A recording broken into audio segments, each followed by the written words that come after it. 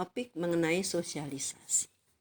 Sosialisasi adalah proses belajar nilai, norma, pengetahuan, dan keterampilan dalam membentuk perilaku seseorang untuk menjadi makhluk sosial yang dapat diterima dan berpartisipasi dalam masyarakat. Ini konsep menurut David Goslin. Sedangkan Peter Berger mengemukakan bahwa sosialisasi adalah proses melalui mana anak belajar menjadi seorang anggota yang berpartisipasi dalam masyarakat. Kemudian bagaimana perilaku itu terbentuk? Kita ada disebutkan oleh Mashonis, ada alam dan asuhan. Ada nature versus nurture. Aliran sosiobiologi percaya bahwa perilaku manusia itu semata-mata dibentuk oleh lingkungan alam. Namun, aliran behaviorism mengutamakan peran nurture atau asuhan sangat penting dalam membentuk perilaku individu. Sebetulnya mana yang paling penting? Alam atau asuhan? Nature atau nurture? Nah, dalam membentuk perilaku individu, keduanya itu sama pentingnya, ya, baik nature maupun nurture. George Herbert Mead mengemukakan sebuah konsep namanya social self. Diri atau self manusia tumbuh dan berkembang melalui interaksi sosial. Dalam berinteraksi, individu mempelajari dan mengambil peran-peran atau role taking yang kemudian dijalankannya. Menurut Mead, diri atau self manusia itu tumbuh dan berkembang melalui 3 tahap. Tahap pertama adalah play stage, kedua adalah game stage, dan tahap ketiga itu adalah generalized other stage. Pada tahap play stage, anak-anak itu meniru peran-peran yang dimainkan oleh orang lain tanpa memahami arti dari peran-peran yang diambilnya. Misalnya dia berperan sebagai dokter, kemudian dia berperan sebagai ibu-ibu ya yang sedang berbelanja, tapi dia tidak memahami peran itu sendiri, apa makna di balik peran itu. Sedangkan dia di sini karena play stage itu dia bermain-main peran. Nanti dia menjadi dokter, kemudian dia juga berbicara menjadi pasiennya gitu ya. Nah, pada tahap berikutnya adalah game stage. Di tahap game stage ini seseorang itu sudah tahu peran yang harus dijalankannya dan harapan orang lain terhadap peran yang harus dilakukannya. Misalnya di sini seorang pemain bola, ya, pemain sepak bola itu dia tahu bahwa penonton itu sangat berharap bahwa dia bisa memasukkan bola ke dalam gawang.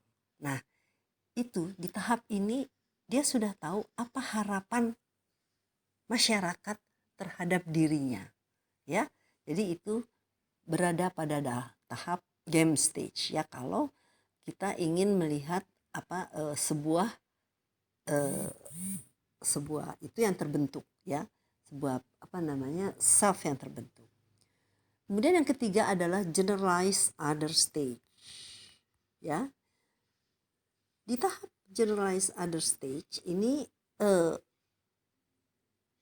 seseorang itu sudah mengetahui peran-peran orang lain yang berinteraksi dengan dirinya. Sebagai anak, dia tahu apa peran orang tuanya.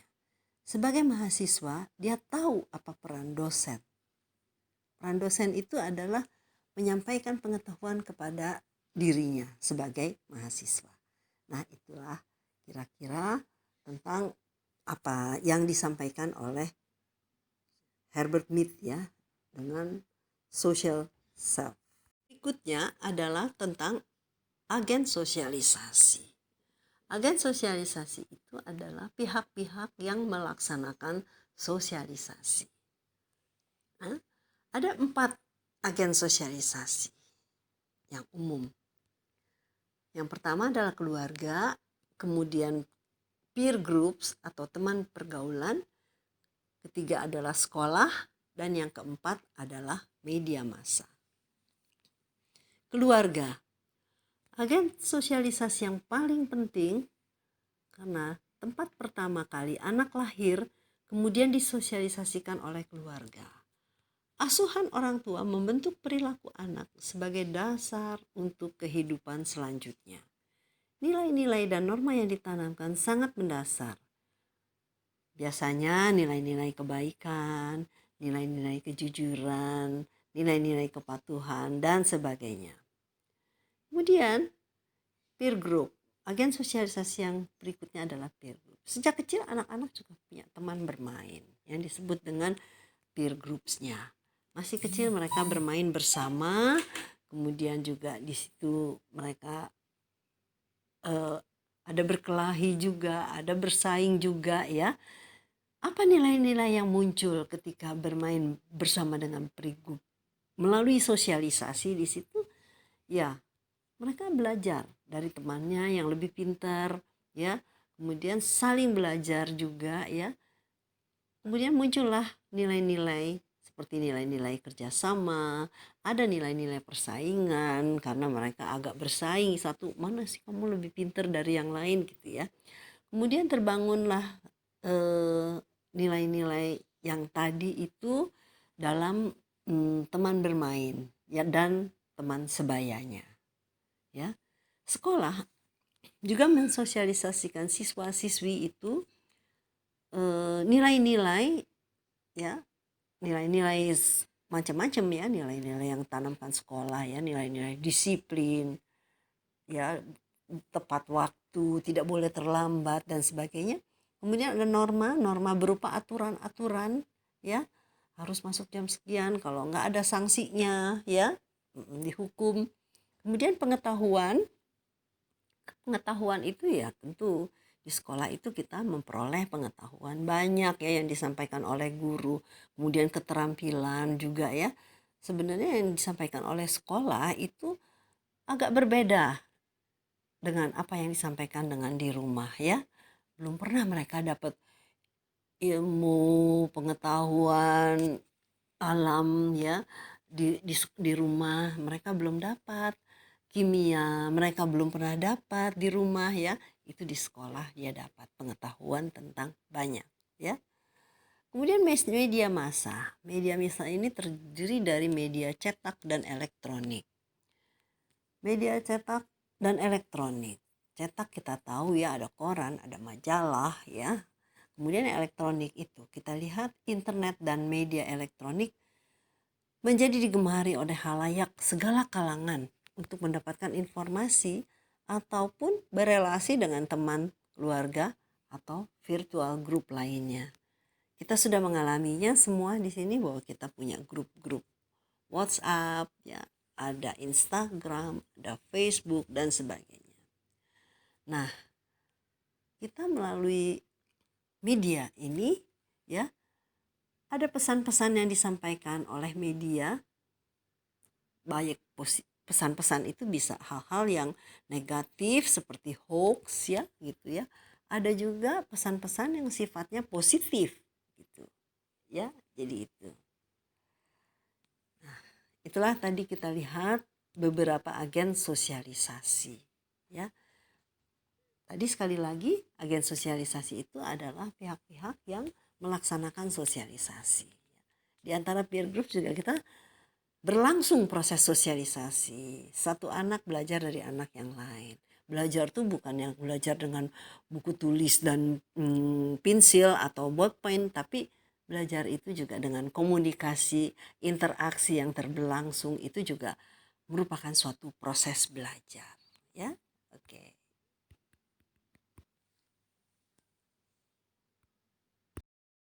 Sosialisasi berlangsung di sepanjang kehidupan manusia. Setiap tahap kehidupan terkait dengan proses biologis. Masyarakat mengatur jalan hidupnya berdasarkan usia. Setiap tahapan melibatkan pembelajaran. Nah, tahap-tahap kehidupan ini dibagi menurut satu masa kanak-kanak, masa remaja, masa dewasa, masa tua, dan masa menuju kematian.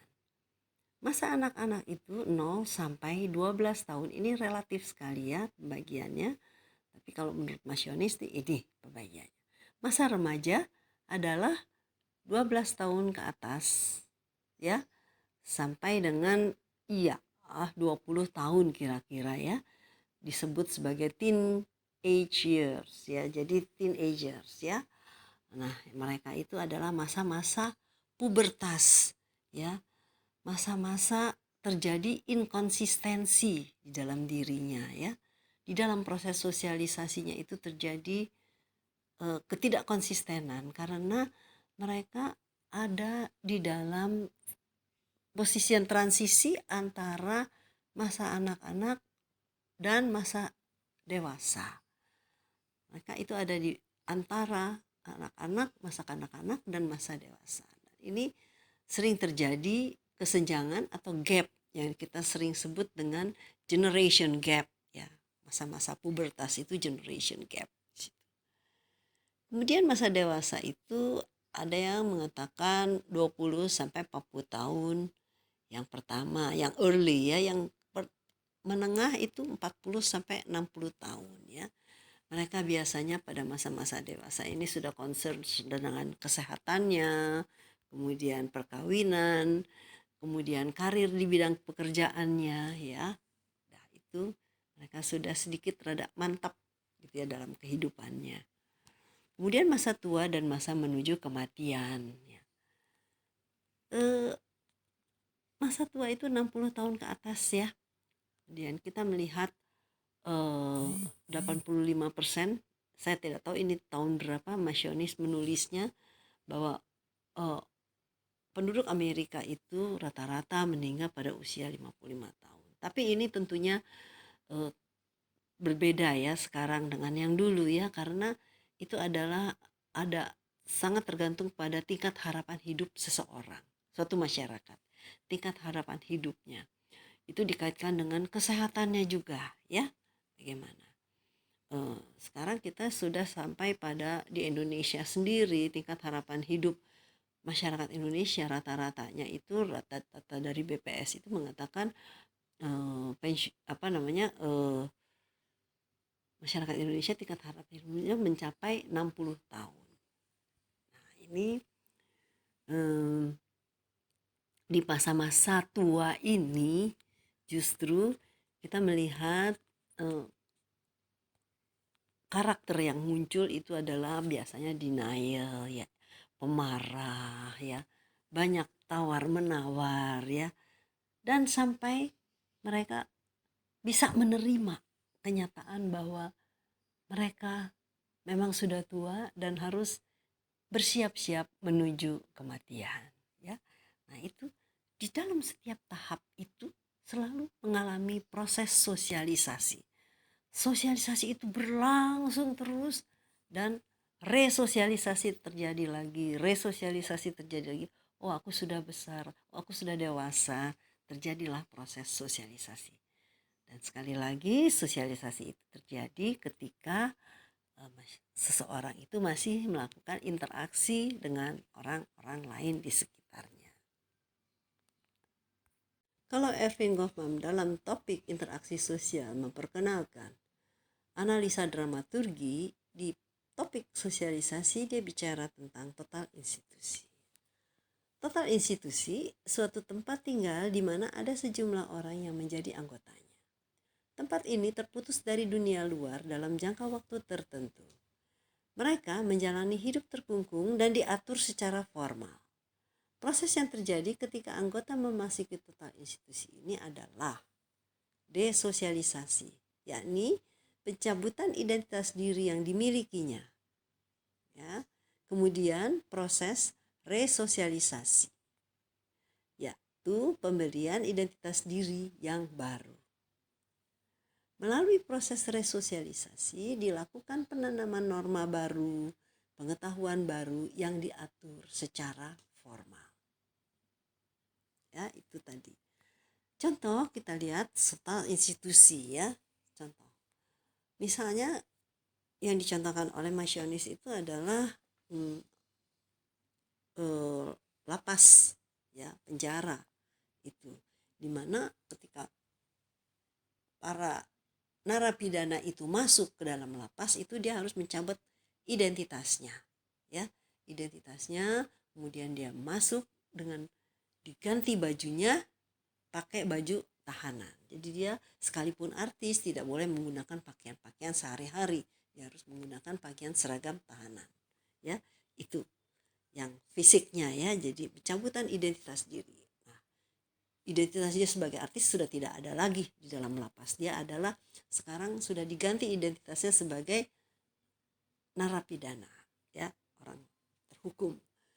Kemudian terjadi resosialisasi itu di dalam rumah tahanan itu, kemudian diberikan identitas diri yang baru, yakni sebagai seorang tahanan. Kemudian dilakukan sebuah penanaman norma-norma baru, pengetahuan baru, dan diatur secara formal. Tentunya di sana diajarkan banyak pengetahuan agak bicara tentang agama biasanya juga, ya. Nah, itu contoh lain juga dari resosialisasi ini, tapi tidak di dalam institusi total resosialisasi. Anda pun mungkin mengalami resosialisasi tapi tidak dalam institusi total, ya. Misalnya mencabut seragam putih abu-abu saudara ketika SMA, itu dicabut identitas saudara, bukan lagi sebagai siswa tapi masuk perguruan tinggi, Anda berstatus sebagai mahasiswa dan tidak perlu pakai seragam abu-abu lagi. Di sini belajar pengetahuan baru, ya, nilai-nilai baru, aturan-aturan baru. Nah, itu tadi tentang total institution yang dikemukakan oleh Erving Goffman, ya. Kemudian kita lihat bahwa masyarakat itu membentuk cara kita berpikir, ya. Jadi ini adalah inti dari proses sosialisasi. Sasi itu proses menjadi makhluk sosial. Berarti kita itu dibentuk cara berpikir kita, cara merasakan kita, cara kita bertindak itu dibentuk oleh masyarakat, disosialisasikan oleh masyarakat. Kata lain dari sosialisasi adalah proses sosialisasi itu, ya, memasukkan masyarakat ke dalam individu. Jadi apa yang ada dalam masyarakat itu dimasukkan pada diri individu. Nah, itu adalah suatu proses yang kita sebut dengan sosialisasi.